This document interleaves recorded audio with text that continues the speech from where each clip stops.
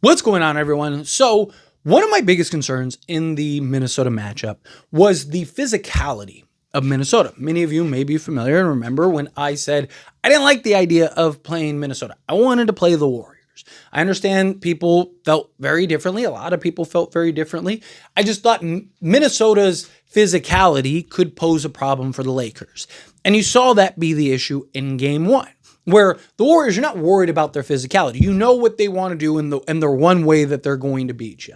If you can slow that down and contain it, I think they're fine. And the Lakers are big compared to the Warriors and all that stuff. Yes, the Lakers are big in some areas against Minnesota, but Minnesota can kind of match the size, the athleticism, right? Lakers have a lot of issues in this matchup that they wouldn't have against teams like the Warriors and all that stuff. Obviously, Steph is a pain and a nightmare to stay in front of and keep up with and all that. But I trust that the Lakers would have won that series. I think if the Lakers can get past Minnesota, I think either Houston or the Warriors are going to be a much better matchup for the Lakers. I think it'll be interesting because it will be a hard-fought series, in my opinion. I wouldn't be shocked if the Lakers kind of just run through the Warriors or the Rockets, especially because this series, Lakers are going to be able to figure out a lot. Lakers are going to, this is going to be a very good test for the Lakers that is going to put them in quite an interesting position, right? And I think that this will bode very well for the future matchups,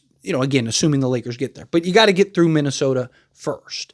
But the physicality, even if the Lakers get through this, it's going to be a problem. And I was worried about the Lakers just getting a little more banged up than they would have otherwise, especially in a series where you're trying to figure it out because this is the first playoff run with J.J. Redick, first playoff run with Luka as a Laker, LeBron, Luka, and Austin Reeves. There's just a lot that the Lakers are going to have to kind of try to navigate through, figure out, a lot of firsts and stuff.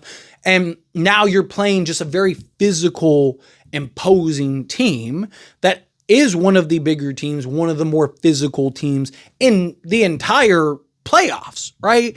That's why Minnesota gives teams like Denver and all these other teams fits, is because they are big, they are physical, right? They have the interior presence to match up. They're a pain. And the Lakers just don't have the interior size to match that and be able to kind of bounce off that and throw their haymakers back. So it's just a much more physical series that can have its toll over the course of a 7-game series, which is why I was hoping that the Lakers would get this over pretty swiftly. That's why I was hoping and said, if the Lakers win the first 2 home games, I think they win in 5. Otherwise, I think they win in 6. I still believe the Lakers win in 6, which means the Lakers were going to have to lose 2 games, right? So again, I'm not worried about the particular loss, but you saw the physicality was an issue for the Lakers. The Lakers had their struggles matching that physicality. I mean, LeBron even talked about it. JJ, all of them talked about how, hey, we weren't prepared for the physicality that they brought, the intensity and the effort that they brought, especially in the playoffs when that whistle dries up and you're able to do some things that you're not able to do in the regular season, right? Talk about it all the time. Playoffs and regular season are very different games. They're almost different sports in a lot of ways. Right? I mean, you had Anthony Edwards lining up like it's football against LeBron, literally holding him the 5 yards, before the whistle gets blown, right? You see things in the postseason that you'd never see in the regular season. You just wouldn't, right? Again, the physicality, they want to kind of let them play and figure it out. The refs don't want to get as involved as they do in the regular season. I mean, how many times have we complained about, refs making it out as if we're there to see them? And it's we're not. We care less, right? So, we need to see the Lakers make that adjustment, right? Lakers greatly overcompensated for the lack of interior size. And in many ways, it seemed like the Lakers' game plan was, let's, clog up the paint. Let's protect the interior so that way we can rebound, stop Anthony Edwards from just getting a free lane to the basket every possession. And let's trust that, Jaden McDaniels and Naz Reid and Nickeil Alexander-Walker and all these guys won't beat us from the 3-point line. And what happened? They beat us from the 3-point line, right? You had Jaden McDaniels go 3 of 3 from 3. Naz Reid went 6 of 9 from 3, right? Julius Randle went 4 of 6 from 3. Guys were hitting shots. And they're, look, they're not looked at as this like sniping team. They're not looked at as this like incredible 3-point shooting team. But when 27 of the 42 threes are literally wide open threes, which means no one was around, even the worst 3-point shooting teams can knock. Rudy Gobert could probably knock down a couple threes if you're just leaving them completely wide open all game, right? So Lakers need to do a better job of getting out and closing out to the shooters and stuff, right? You're going to have to live with some things, right? You're going to have to live with, even if Anthony Edwards could drop 50 and they could still lose every game, right? Luka just dropped 37 and the Lakers got blown out, right? Why? Because no one else showed up and contributed offensively, right? Well, guess what? If you let Anthony Edwards, worst case scenario, I wanted to slow him down and make him work, which I still want the Lakers to do. But if you have to, throw Jared Vanderbilt on him. Tell Jared Vanderbilt, like, hey, do not switch. Do not do anything. If he gets by you, he gets by you. But slow him down, make him work, wear him out, and you have everyone else worry about everyone else, right? Rather than sending the overhelp, doing all this stuff, they're imposing their will on the interior. They're getting all these second chance opportunities and just outworking us and out hustling us.